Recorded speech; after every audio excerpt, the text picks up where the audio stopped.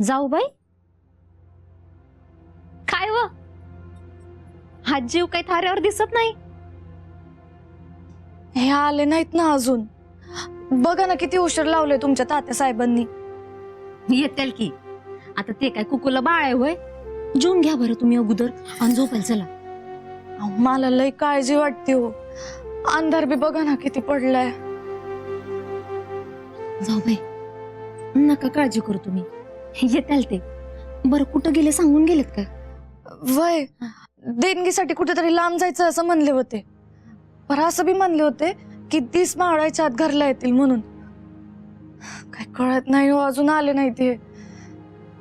काळजी वाटते. त्यात त्यात माणसं वाईटावर टपून बसली आहेत.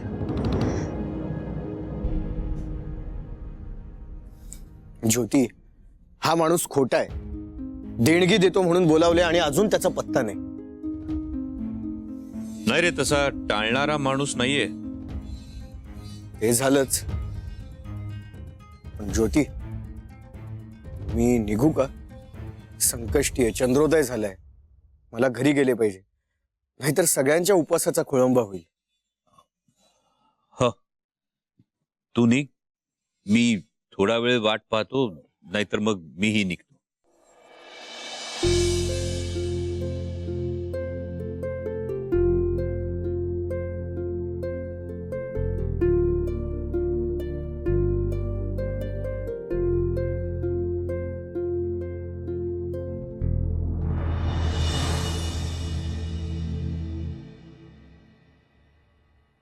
अहो, झोपला नाहीत अजून. झोपला असता तर समया मालवल्या असत्या ना. तुम्ही झोपा, मी वाट पाहतोय कोणाची तरी. अगो बाई, अशा अवेळी कोणाची वाट बघताय म्हणायचं? सगळेच सांगायला हवे का? नाही, परंतु येणारा कोणीतरी अशी खबर घेऊन येणार आहे की ती ऐकून मी शांत झोपेन. दाराला अडसर लावू का? नाही ना ग.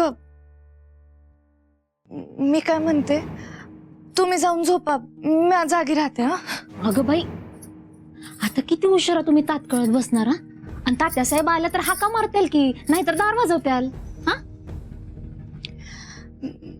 मला काही चैन नाही पडायचं ते आल्याशिवाय.